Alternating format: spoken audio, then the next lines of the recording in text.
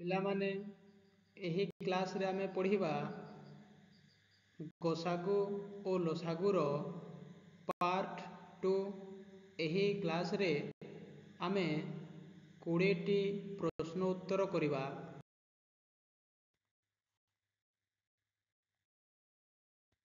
ଦେଖ ପ୍ରଶ୍ନ ନମ୍ବର 1 କ'ଣ କହିଛି? ଗୋଟିଏ ସଂଖ୍ୟାର ସବୁଠାରୁ ବଡ଼ ଗୁଣିତକ କେତେ? ପିଲାମାନେ ଏଠାରେ ଗୋଟିଏ ଉଦାହରଣ ନେଇକି ବୁଝିବା। 2ର ଗୁଣିତକମାନଙ୍କୁ ଲେଖିବା। 2 1 2 2 ଦୁଣେ 4 2 3 6 2 4 8 2 5 10 ଏମିତି କରି କରିକି ଯେତେବେଳେ ଆମେ ଆଗକୁ ବଢ଼ିବା ଆମକୁ ଅସଂଖ୍ୟ ସଂଖ୍ୟା ମିଳିବ। ପିଲାମାନେ ତ ଏଠାରେ ତୁମେ କହିପାରିବ କି ଏହି ଲାଷ୍ଟ ଗୁଣିତକଟା କେତେ ହେବ? ଆମେ ଲାଷ୍ଟ ଗୁଣିତକ କହିପାରିବା ନାହିଁ। ତ ଆମର ଉତ୍ତରଟା ହେଇଯିବ ଅପସନ୍ ସି, କହିହେବ ନାହିଁ। ଦେଖ କ୍ୱେଶ୍ଚନ ନମ୍ବର 2 କ'ଣ କହିଛି? 2ଟି କ୍ରମିକ ସଂଖ୍ୟାର ଗସାଗୁ କେତେ ହେବ? ତ ଏଠାରେ ଗୋଟିଏ ଉଦାହରଣ ନେଇକି ବୁଝିବା। 2 ଓ 3 ହେଉଛି 2ଟି କ୍ରମିକ ସଂଖ୍ୟା। ଏମାନଙ୍କର ଗସାଗୁ ପ୍ରଥମେ ବାହାର କରିବା। ତ 2ର ଗୁଣନୀୟକମାନେ କିଏ କିଏ ହେବେ? 1 ଏବଂ 2। ସେହିପରି 3ର ଗୁଣନୀୟକମାନେ କେଉଁ କେଉଁ ସଂଖ୍ୟା ହେବେ? 1 ଏବଂ 3। ଏଠାରେ ଦେଖ ସାଧାରଣ ଗୁଣନୀୟକ ହେଉଛି 1। ତେବେ ଆମର ଗସାଗୁ କେତେ ହେବ? ଗସାଗୁ ଆମର ହେଇଯିବ 1।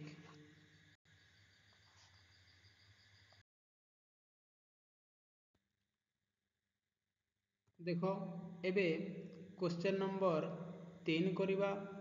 କ'ଣ କହିଛି? ଗୋଟିଏ ରାସ୍ତାର ଗୋଟିଏ ପଟରେ ଗୋଡ଼ି ଓ ଅନ୍ୟ ପଟରେ ବାଲି ଗଦା କରାଗଲା। ଏଠାରେ ପିଲାମାନେ ଟିକେ ଟାଇପିଂଟା ଭୁଲ ହୋଇଛି। ଏଟା ହେଉଛି ବାଲି ଗଦା। ଗୋଡ଼ି ଗଦା ମଧ୍ୟରେ ବ୍ୟବଧାନ 30 ମିଟର।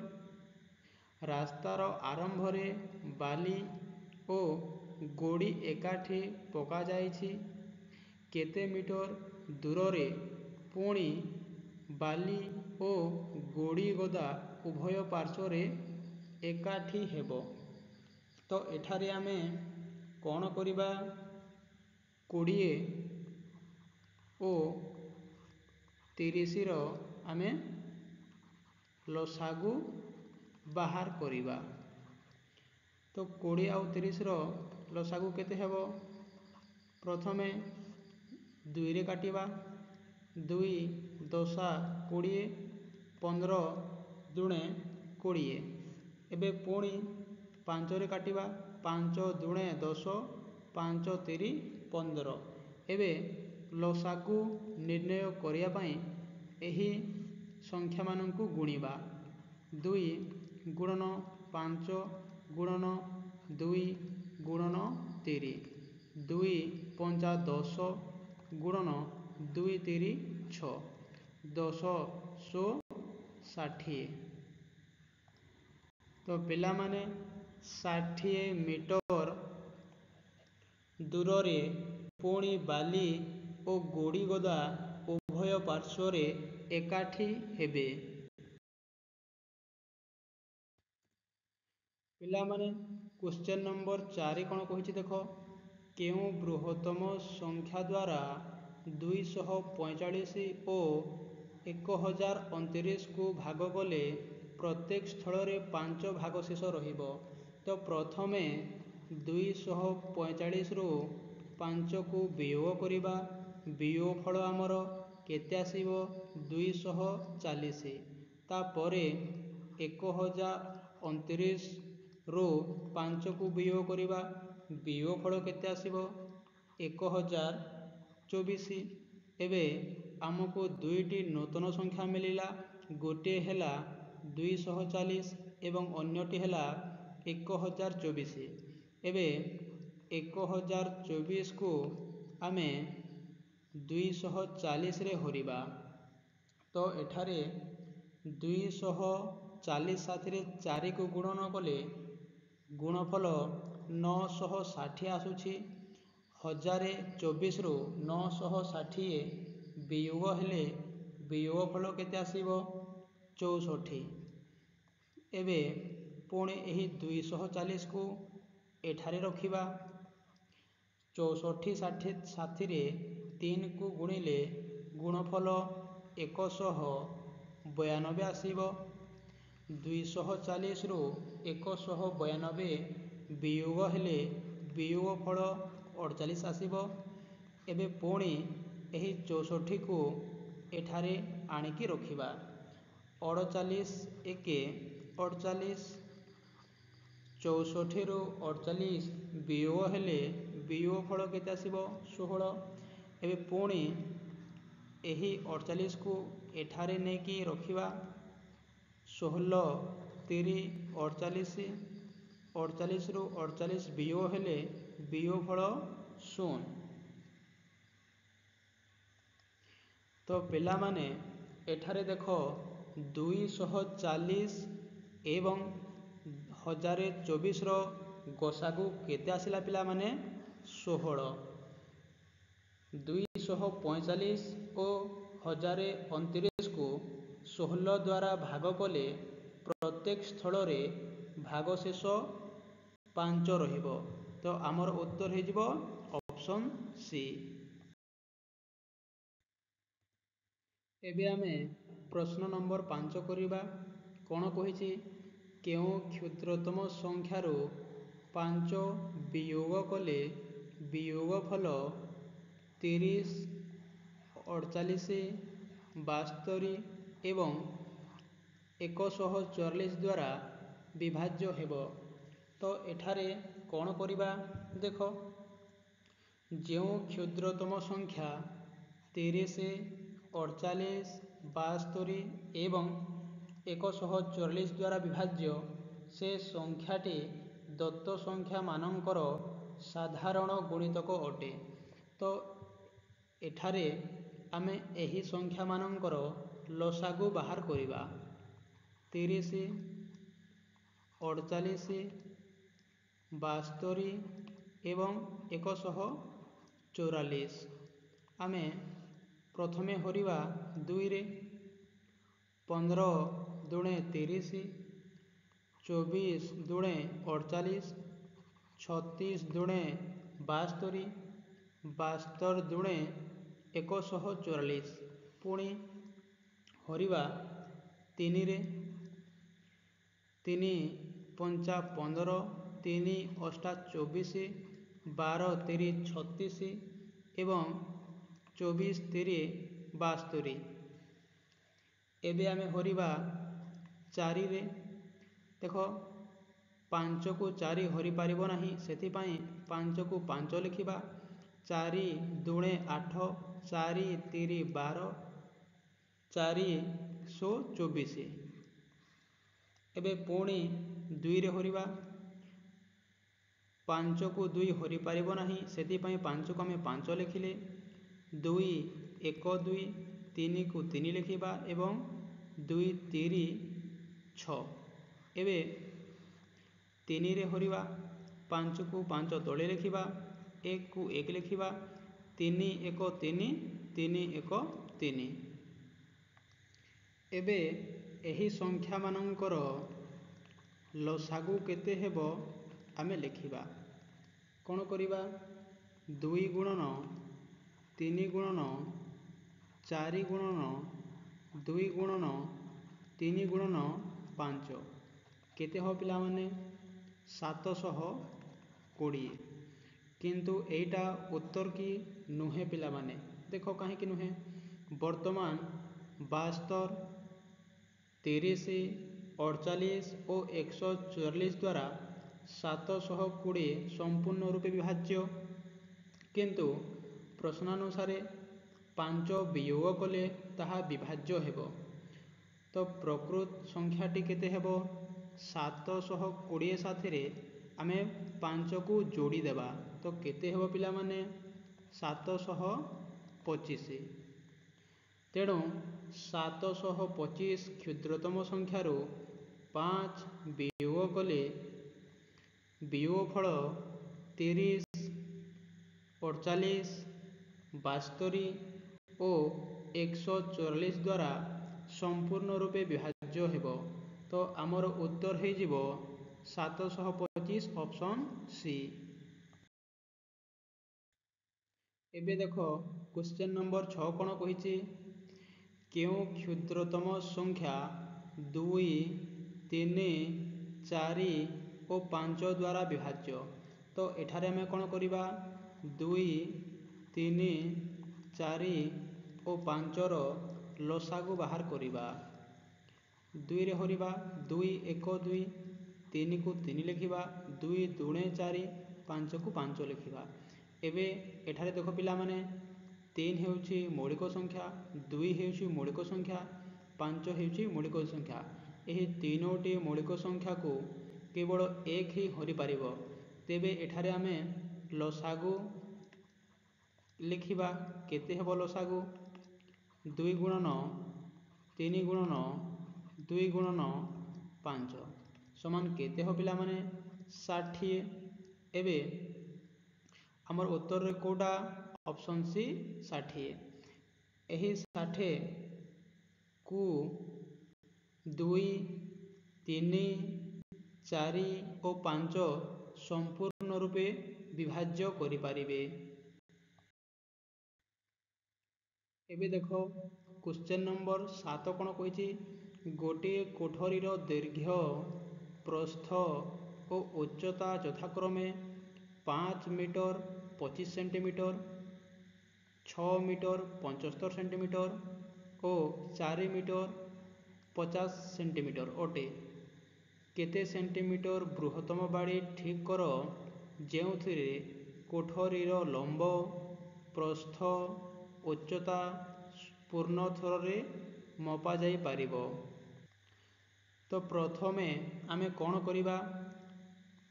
5 ମିଟର 25 ସେଣ୍ଟିମିଟରକୁ ସେଣ୍ଟିମିଟରରେ ପରିଣତ କରିବା। ପିଲାମାନେ 1 ମିଟର ସମାନ କେତେ ସେଣ୍ଟିମିଟର? 1 ମିଟର ସମାନ ହେଉଛି 100 ସେଣ୍ଟିମିଟର। ତ 5 ମିଟର ସମାନ କେତେ ସେଣ୍ଟିମିଟର ହେବ? 500 ସେଣ୍ଟିମିଟର ଯୋଗ ଏ 25 ସେଣ୍ଟିମିଟରକୁ ଯୋଡ଼ିଦେବା 25 ସେଣ୍ଟିମିଟର। ତ ମୋଟ କେତେ ସେଣ୍ଟିମିଟର ହେଲା? 500 ଏବଂ 25 ମିଶିଲେ 525 ସେଣ୍ଟିମିଟର।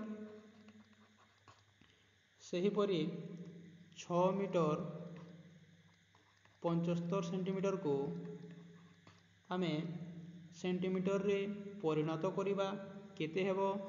675 ସେଣ୍ଟିମିଟର। ସେହିପରି 4 ମିଟର ଓ 50 ସେଣ୍ଟିମିଟରକୁ ଆମେ ସେଣ୍ଟିମିଟରରେ ପରିଣତ କରିବା। କେତେ ହେବ? 450 ସେଣ୍ଟିମିଟର। ଏବେ ଏହି ତିନୋଟି ସଂଖ୍ୟାର ଆମେ କ'ଣ ବାହାର କରିବା? ଆମେ ଗସାଗୁ ବାହାର କରିବା। ଏବେ 525, 675 ଓ 450ର ଆମେ ଗସାଗୁ ବାହାର କରିବା। ପ୍ରଥମେ 5ରେ ହରିବା। 105 ପଞ୍ଚା 525, 135 ପଞ୍ଚା 675,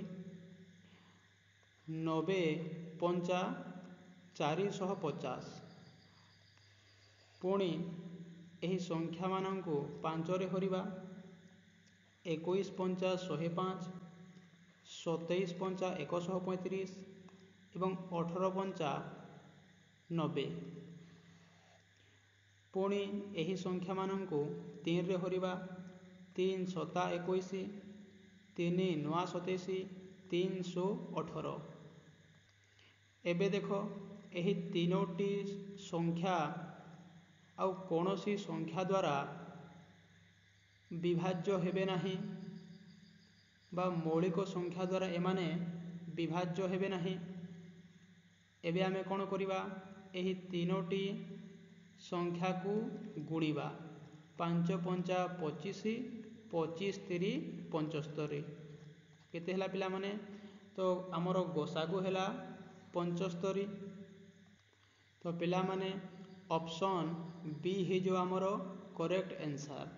75 ସେଣ୍ଟିମିଟରର ବୃହତ୍ତମ ବାଡ଼ି ଠିକ୍ କଲେ କୋଠରୀର ଲମ୍ବ, ପ୍ରସ୍ଥ ଓ ଉଚ୍ଚତା ପୂର୍ଣ୍ଣ ରୂପେ ମପାଯାଇପାରିବ। ପ୍ରଶ୍ନ ନମ୍ବର 8 କ'ଣ କହୁଛି ଦେଖ, କେଉଁ କ୍ଷୁଦ୍ରତମ ସଂଖ୍ୟାକୁ 25, 30 ଓ 35 ଦ୍ୱାରା ଭାଗ କଲେ ପ୍ରତ୍ୟେକ କ୍ଷେତ୍ରରେ 10 ଭାଗଶେଷ ରହିବ? ତ ପ୍ରଶ୍ନ କ'ଣ କହୁଛି, କ୍ଷୁଦ୍ରତମ ସଂଖ୍ୟାଟି ଯାହାକି 25, 30 ଓ 35 ଦ୍ୱାରା ବିଭାଜ୍ୟ ହେବ ତାହାକୁ ନିର୍ଣ୍ଣୟ କରିବାକୁ ଏଗୁଡ଼ିକର ଲସାଗୁ ନିର୍ଣ୍ଣୟ କରିବାକୁ ପଡ଼ିବ।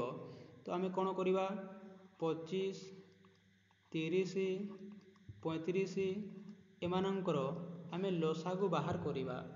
ପ୍ରଥମେ 5ରେ ହରିବା, 5 ପଞ୍ଚା 25, 5 ସଉ 30, 5 ସତା 35। ଏବେ ଏଠାରେ ଦେଖ 7 ହେଉଛି ମୌଳିକ ସଂଖ୍ୟା, 5 ହେଉଛି ମୌଳିକ ସଂଖ୍ୟା ଏବଂ 6 ହେଉଛି ଯୌଗିକ ସଂଖ୍ୟା। ତ ଏହି ତିନୋଟି ସଂଖ୍ୟାକୁ ଏକକୁ ଛାଡ଼ିଦେଲେ ଆଉ କୌଣସି ଅଙ୍କ ଦ୍ୱାରା ବା କୌଣସି ସଂଖ୍ୟା ଦ୍ୱାରା ଏହି ତିନୋଟି ସଂଖ୍ୟା ଆଉ ଭାଗ ହେବେ ନାହିଁ। ତେବେ ଆମେ କ'ଣ କରିବା, ଲସାଗୁ ନିର୍ଣ୍ଣୟ କରିବା। କେତେ ହେବ? 5 ଗୁଣନ 5 ଗୁଣନ 6 ଗୁଣନ 7। କେତେ ହେବ ପିଲାମାନେ? 1050। ତ ପ୍ରତ୍ୟେକ ସ୍ଥଳରେ 10 ଭାଗଶେଷ ରହିବ। ତେଣୁ ଏହି କ୍ଷୁଦ୍ରତମ ସଂଖ୍ୟାଟି 10 ସହ ଯୋଗ କରିବାକୁ ହେବ। ତ 1050 ସାଥିରେ ଆମେ 10କୁ ଯୋଡ଼ିଦେବା। କେତେ ହେବ ପିଲାମାନେ? 1060। ଏଇଟା ହେଇଯିବ ଆମର କରେକ୍ଟ ଆନ୍ସର୍। ଦେଖ ପ୍ରଶ୍ନ ନମ୍ବର 9 କ'ଣ କହିଛି, ଦୁଇଟି ସଂଖ୍ୟାର ଗୋସାଗୁ ଓ ଲସାଗୁ ଯଥାକ୍ରମେ 13 ଓ 1989 ଅଟେ। ଯଦି ସେଥିମଧ୍ୟରୁ ଗୋଟିଏ 117 ହୁଏ ତେବେ ଅନ୍ୟ ସଂଖ୍ୟାଟି କେତେ ହେବ? ତ ଏଠାରେ ଆମେ କ'ଣ କରିବା, ଗୋସାଗୁ ଗୁଣନ ଲସାଗୁ ସମାନ କେତେ? 13 ଗୁଣନ 1989 ସମାନ କେତେ ହେବ? ଆମେ ଏଠାରେ ଲେଖିପାରିବା କି ନାହିଁ ପିଲାମାନେ? 13 ଗୁଣନ 9 ଗୁଣନ 221। ଏବେ କ'ଣ କରିବା ଦେଖ, ସଂଖ୍ୟା ଦ୍ୱୟର ଗୁଣଫଳ ସମାନ ସଂଖ୍ୟା ଦ୍ୱୟର ଗୁଣଫଳ ସମାନ କ'ଣ ପିଲାମାନେ? ଗୋସାଗୁ ଗୁଣନ ଲସାଗୁ। ଏବେ କ'ଣ କରିବା, ଗୋସାଗୁ ଥିଲା ତୁମର 13 ଗୁଣନ 9 ଗୁଣନ 221 ସମାନ କେତେ ହେଇଯିବ ପିଲାମାନେ? 117 ଗୁଣନ 221। ଗୋଟିଏ ସଂଖ୍ୟା 117 ହେଲେ ଅନ୍ୟଟି 221 ହେବ। ତ ଏଠାରେ ଆମର ଅପସନ୍ ହେଇଯିବ ଅପସନ୍ ସି। ଦେଖ ପ୍ରଶ୍ନ ନମ୍ବର 10 କ'ଣ କହିଛି, ଦୁଇଟି ଟ୍ୟାଙ୍କରରେ ଯଥାକ୍ରମେ 850 ଲିଟର ଓ 680 ଲିଟର ପେଟ୍ରୋଲ ଆସେ। ତେବେ ଲିଟର ରହିପାରୁଥିବା ପେଟ୍ରୋଲ ରଖିବା ପାତ୍ର ଆଣିଲେ ପ୍ରତ୍ୟେକ ଟ୍ୟାଙ୍କରରେ ପେଟ୍ରୋଲ ପୂର୍ଣ୍ଣ ଥର ରୂପେ ମାପ କରିହେବ। ଏବେ କ'ଣ କରିବା, 850 ଓ 680ର ଗୋସାଗୁ ନିର୍ଣ୍ଣୟ କରିବା। ତ 2ରେ ହରିବା 425 ଦୁଣେ 850, 340 ଦୁଣେ 680। ଏବେ 17ରେ 5ରେ ହରିବା 5ରେ ହରିବା 85 ପଞ୍ଚା 425, 68 ପଞ୍ଚା 340। ଏବେ ହରିବା 17ରେ 17 ପଞ୍ଚା 85, 17 ଚାଉ 68। ଏଠାରେ ଗୋସାଗୁ କେତେ ହେବ ପିଲାମାନେ? 2 ଗୁଣନ 5 ଗୁଣନ 17 ସମାନ କେତେ? 170। ତ ଆମର ଉତ୍ତର ହେଇଯିବ ଅପସନ୍ ବି। ଏବେ ଦେଖ ପ୍ରଶ୍ନ ନମ୍ବର 11 କ'ଣ କହୁଛି? ଯଦି ଦୁଇଟି ସଂଖ୍ୟାର ଲସାଗୁ 16 ଓ ସେ ଦ୍ୱୟର ଗୁଣଫଳ 64 ହୁଏ ତେବେ ତାର ଗୋସାଗୁ କେତେ ହେବ? ଆମେ କନସେପ୍ଟ କ୍ଲାସରେ ପଢ଼ିଥିଲେ ଗୋସାଗୁ ସମାନ ସଂଖ୍ୟା ଦ୍ୱୟର ଗୁଣଫଳ ହରଣ ଲସାଗୁ। ଏବେ ସଂଖ୍ୟା ଦ୍ୱୟର ଗୁଣଫଳ ଦେଇଛି 64 ହରଣ ଲସାଗୁ ଦେଇଛି 16। କେତେ ହେବ ପିଲାମାନେ? 16 ଚାଉ 64। ତ ଆମର ଗୋସାଗୁ ହେଇଯିବ 4। ତ ଅପସନ୍ ବି ଆମର ହେଇଯିବ ଆନ୍ସର। ଏବେ ଦେଖ ପ୍ରଶ୍ନ ନମ୍ବର 12 କ'ଣ କହିଛି? 10,000ର ନିକଟତମ କେଉଁ ଦୁଇଟି ସଂଖ୍ୟା 2, 3, 4, 5, 6 ଓ 7 ପ୍ରତ୍ୟେକ ସଂଖ୍ୟା ଦ୍ୱାରା ସମ୍ପୂର୍ଣ୍ଣ ରୂପେ ବିଭାଜ୍ୟ ହେବ? ତ ଏଠାରେ ଆମେ କ'ଣ କରିବା? ଆମେ ଲସାଗୁ ନେବା 2, 3, 4, 5, 6 ଏବଂ 7ର ଲସାଗୁ ନିର୍ଣ୍ଣୟ କରିବା। 2ରେ ହରିବା 2, 1, 2, 3କୁ 3 ଲେଖିବା, 2 ଦୁଣେ 4, 5କୁ 5 ଲେଖିବା, 2 3 6, 7କୁ 7 ଲେଖିଦେବା। ଏବେ 3 ଦ୍ୱାରା ହରିବା 1କୁ 1 ଲେଖିବା, 3 1 3, 2କୁ 2 ଲେଖିବା, 5କୁ 5 ଲେଖିବା, 3 1 3, 7କୁ 7 ଲେଖିବା। ଏଠାରେ ଦେଖ 2 ହେଉଛି ମୌଳିକ ସଂଖ୍ୟା, 5 ହେଉଛି ମୌଳିକ ଏବଂ 7 ମଧ୍ୟ ମୌଳିକ ସଂଖ୍ୟା। ଏବେ ଆମେ କ'ଣ କରିବା? 2 ଗୁଣନ 3 ଗୁଣନ 2 ଗୁଣନ 5 ଗୁଣନ 7 ସମାନ କେତେ ହେବ ପିଲାମାନେ? 420। ଏବେ ଦେଖ 10,000ରେ 420 ହରଣ କଲେ 340 ଭାଗ ଶେଷ ରହିବ। ତ ଗୋଟିଏ ସଂଖ୍ୟା କେତେ ହେବ? ଗୋଟିଏ ସଂଖ୍ୟା ହେବ 10,000 ବିଯୋଗ 340 ସମାନ 9,660 ଏବଂ ଅନ୍ୟ ସଂଖ୍ୟାଟି କେତେ ହେବ? 9,660 ଯୋଗ 420 ସମାନ 10,080। ତ ଅପସନ୍ ସି ହେଇଯିବ ଆମର କରେକ୍ଟ ଆନ୍ସର। ଏବେ ପ୍ରଶ୍ନ ନମ୍ବର 13 କ'ଣ କହିଛି ଦେଖ?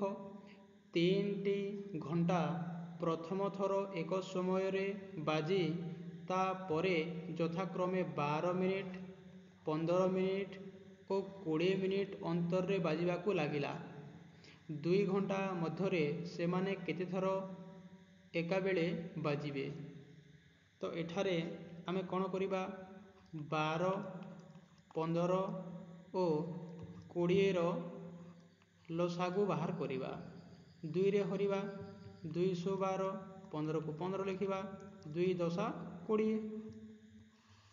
ଏବେ ପୁଣି 2ରେ ହରିବା 2 3 6, 5କୁ 15କୁ 15 ଲେଖିବା ଏବଂ 2 5 10।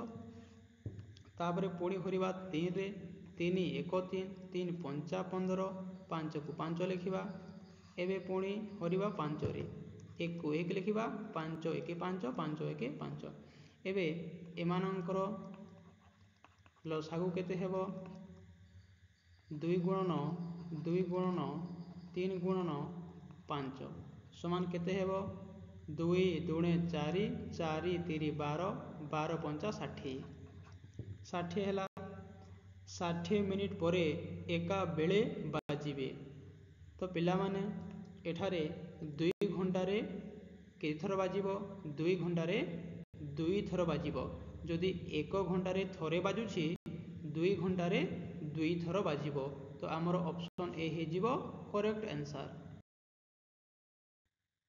देखो प्रश्न नंबर 14 कौन कही 45 75 और 165 गसागु केते तो एठारे आमे एही संख्या मानकर गसागु निर्णय करिबा 45 75 एवं 165 प्रथमे 5 रे हरिबा 5 9 45 15 5 75 33 5 165 एबे एही संख्या माननकु पुणी हरिबा 3 द्वारा 3 3 9 3 5 15 11 3 33 एबे गसागु केते हेबो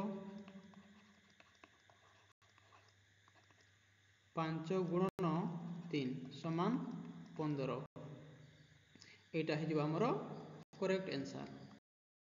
देखो प्रश्न नंबर 15 कौन कही 16 28 और 40 द्वारा विभाज्य क्षुद्रतम संख्याटी केते तो एठारे आमे 16 28 और 40 रो लसागु निर्णय करिबा 16 28 एवं 40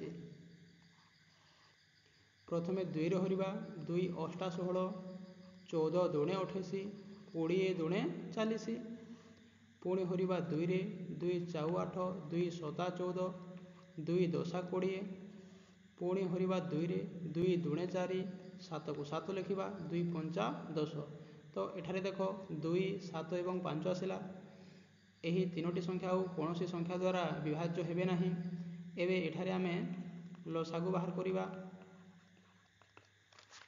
लसागु आमर केते हो पिला माने 2 गुणन 2 गुणन 2 गुणन 2 गुणन 7 गुणन 5 समान केते हो पिला माने 560 तो 16 28 और 40 द्वारा विभाज्य क्षुद्रतम संख्याटी केते पिला माने 560 एबे आमे प्रश्न नंबर 16 करिबा देखो कोन कहिछि केउ क्षुद्रतम संख्या को 6 12 और 18 द्वारा भाग कले भागशेष रहिबो नाही तो पिला माने एठारे आमे कोन करिबा 6 12 और 18 रो आमे लसागु निर्णय करिबा 2 रे हरिबा 2 3 6 6 दुणे 12 9 दुणे 18 पुणी हरिबा 3 रे 3 1 3 3 दुणे 6 3 3 9 एबे लसागु लिखिबा केते हेबो 2 गुणन 3 गुणन 2 गुणन 3 देखो 2 3 6 गुणन 2 3 6 636 तो एठारे देखिबा 36 को बा 36 रो आमे गुणितक देखिबा 36 1 36 36 दुणे 72 36 3 108 तो पिला माने एठारे ऑप्शन बी हे जिवो हमर करेक्ट आंसर। एबे आमे प्रश्न नंबर 17 करिबा कोन कहिछि देखो केउ बृहत्तम संख्या रो 3 वियोग कले वियोग फल द्वारा 60 80 एवं 100 विभाज्य हेबे तो आम एठारे कोन करिबा 60 80 एवं 100 रो गसागु निर्णय करिबा तो 2 रे हरिबा 30 दुणे 60 40 दुणे 80 50 दुणे 100 पुणी हरिबा 2 रे 15 ଦୁणे 30, 20 ଦୁणे 40, 25 ଦୁणे 50। ପୁଣି ହରିବା 5ରେ, 5 3 15, 5 4 20, 5 5 25। ଏବେ ଗୋସାଗୁ କେତେ ହେବ ପିଲାମାନେ? 2 ଗୁଣନ 5 ସମାନ 2 ଦୁणे 4, 4 5 20। ତ ସଂଖ୍ୟାଟି 20 ଯୋଗ କ'ଣ କରିବା? ଦେଖ ଏଠାରେ 3 ବିୟୋଗ କହିଛି, ଯଦି ବିୟୋଗ କହିଥିଲେ ଆମେ ଯୋଗ କରିବା। ତ 20 ଯୋଗ 3 କେତେ ହେବ ପିଲାମାନେ? 23। ତ ଏଠାରେ ଦେଖ ଅପସନ୍ ଡି ହେଇଯିବ ଆମର ଆନ୍ସର। ଏବେ ଆମେ ପ୍ରଶ୍ନ ନମ୍ବର 18 କରିବା। କେଉଁ କ୍ଷୁଦ୍ରତମ ସଂଖ୍ୟା ଦ୍ୱାରା 48, 78, 108 ପ୍ରତ୍ୟେକ ସ୍ଥଳେ ସମାନ ଭାଗଶେଷ ରହିବ? ତ ଏଠାରେ କ'ଣ କରିବା ପିଲାମାନେ? 70 ବିୟୋଗ 48 କରିବା, କେତେ ହେବ? 30। ତାପରେ 108 ବିୟୋଗ 78, କେତେ ହେବ ବିୟୋଗଫଳ? 30। ତାପରେ 108ରୁ ବିୟୋଗ କରିବା 48, କେତେ ହେବ ବିୟୋଗଫଳ? 60। ଏବେ 30 ଓ 60ର ଆମେ ଗୋସାଗୁ ନିର୍ଣ୍ଣୟ କରିବା। 2ରେ ହରିବା 15 ଦୁणे 30, 30 ଦୁणे 60। ପୁଣି 3ରେ ହରିବା 3 5 15, 3 10 30। ପୁଣି 5ରେ ହରିବା 5 1 5, 5 ଦୁणे 10। ଏଠାରେ ଗୋସାଗୁ କେତେ ହେବ? 2 ଗୁଣନ 3 ଗୁଣନ 5 ସମାନ କେତେ ପିଲାମାନେ? 30। ତ ସଂଖ୍ୟାଟି କେତେ ହେବ? ସଂଖ୍ୟାଟି ହେବ 30। ତ ଏଠାରେ ଦେଖ ଅପସନ୍ ନମ୍ବର ବି ହେଇଯିବ ଆମର କରେକ୍ଟ ଆନ୍ସର। ଏବେ ପ୍ରଶ୍ନ ନମ୍ବର 19 କରିବା। 2 ମିଟର 50 ସେଣ୍ଟିମିଟର, 3 ମିଟର 75 ସେଣ୍ଟିମିଟର ଓ 6 ମିଟର 25 ସେଣ୍ଟିମିଟରକୁ ମାପିବାକୁ ହେଲେ ସର୍ବାଧିକ କେତେ ଲମ୍ବର ଟେପ୍ ଆବଶ୍ୟକ ହେବ, ଯାହାଦ୍ୱାରା ଟେପ୍କୁ ମାପିବା ସମୟରେ ପୂର୍ଣ୍ଣ ଭାବରେ ବ୍ୟବହାର କରାଯାଇପାରିବ? ତ ଏଠାରେ ପ୍ରଥମେ ଏଠାରେ ଯେଉଁ ମିଟର ଓ ସେଣ୍ଟିମିଟର ଦେଇଛି ତାକୁ ଆମେ ସେଣ୍ଟିମିଟରରେ ପରିଣତ କରିବା। 2 ମିଟର ଓ 50 ସେଣ୍ଟିମିଟରକୁ ସେଣ୍ଟିମିଟରରେ ପରିଣତ କଲେ କେତେ ହେବ? ଦେଖ 1 ମିଟର ସମାନ 100 ସେଣ୍ଟିମିଟର, ତାହେଲେ 2 ମିଟରକୁ କେତେ ହେବ ପିଲାମାନେ? 200 ସେଣ୍ଟିମିଟର। ଆଉ ଏ 200 ଆଉ 50 ମିଶିଲେ 250 ସେଣ୍ଟିମିଟର। ସେହିଭଳି 3 ମିଟର ଆଉ 75 ସେଣ୍ଟିମିଟର ମିଶିଲେ କେତେ ହେବ ପିଲାମାନେ? ତୁମର 375 ସେଣ୍ଟିମିଟର। ସେହିପରି 6 ମିଟର ଓ 25 ସେଣ୍ଟିମିଟରକୁ ମିଶାଇଲେ କେତେ ହେବ ପିଲାମାନେ? 625 ସେଣ୍ଟିମିଟର। ଏବେ ଆମେ କ'ଣ କରିବା? 250, ତାପରେ 375, ତାପରେ 625 ଏମାନଙ୍କର ଆମେ ଗୋସାଗୁ ନିର୍ଣ୍ଣୟ କରିବା। ପ୍ରଥମେ 5ରେ ହରିବା 5 5 25 ଶୂନକୁ ଲେଖିଦେବା। ତାପରେ 75 5 375, ତାପରେ 125 5 625। ପୁଣି ହରିବା 5ରେ 5 10 50, 15 5 75, 25 5 125। ପୁଣି ହରିବା 5ରେ 5 ଦୁणे 10, 5 3 15, 5 5 25। ତ ଏଠାରେ ଏବେ ଆମେ ଗୋସାଗୁ ନିର୍ଣ୍ଣୟ କରିବା। କେତେ ହେବ ଦେଖ?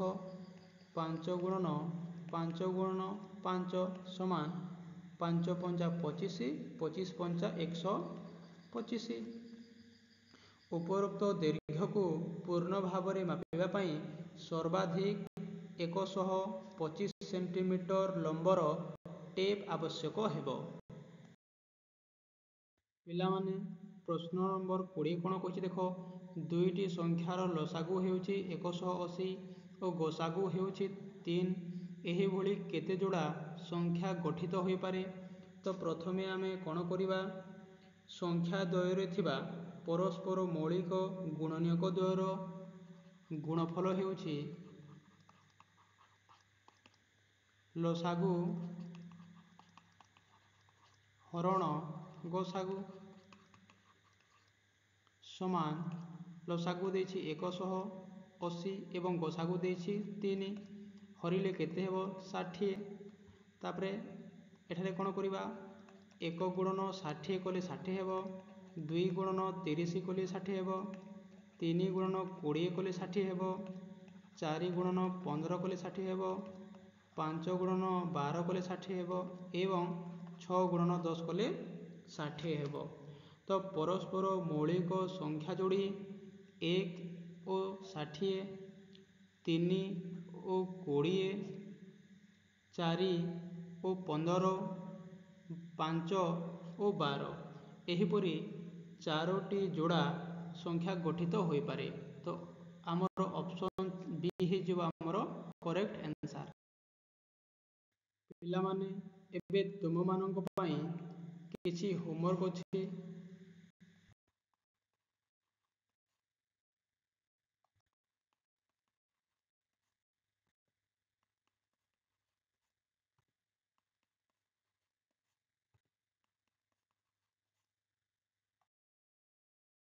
ପିଲାମାନେ ଆଶା କରେ କ୍ଲାସ୍ଟି ସମସ୍ତଙ୍କୁ ଭଲ ଲାଗିଥିବ। ଯଦି କ୍ଲାସ୍ଟି ଭଲ ଲାଗିଥାଏ ତେବେ ଚ୍ୟାନେଲଟିକୁ ସବସ୍କ୍ରାଇବ୍ କରିଦିଅ, ଲାଇକ୍ କରିଦିଅ ଓ ସେୟାର ମଧ୍ୟ କରିଦିଅ। ପିଲାମାନେ ପୁଣି ଦେଖା ହେବା ନେକ୍ସଟ କ୍ଲାସ୍ରେ। ଭିଡ଼ିଓଟାକୁ ମୁଁ ଏଠାରେ ରଖୁଛି।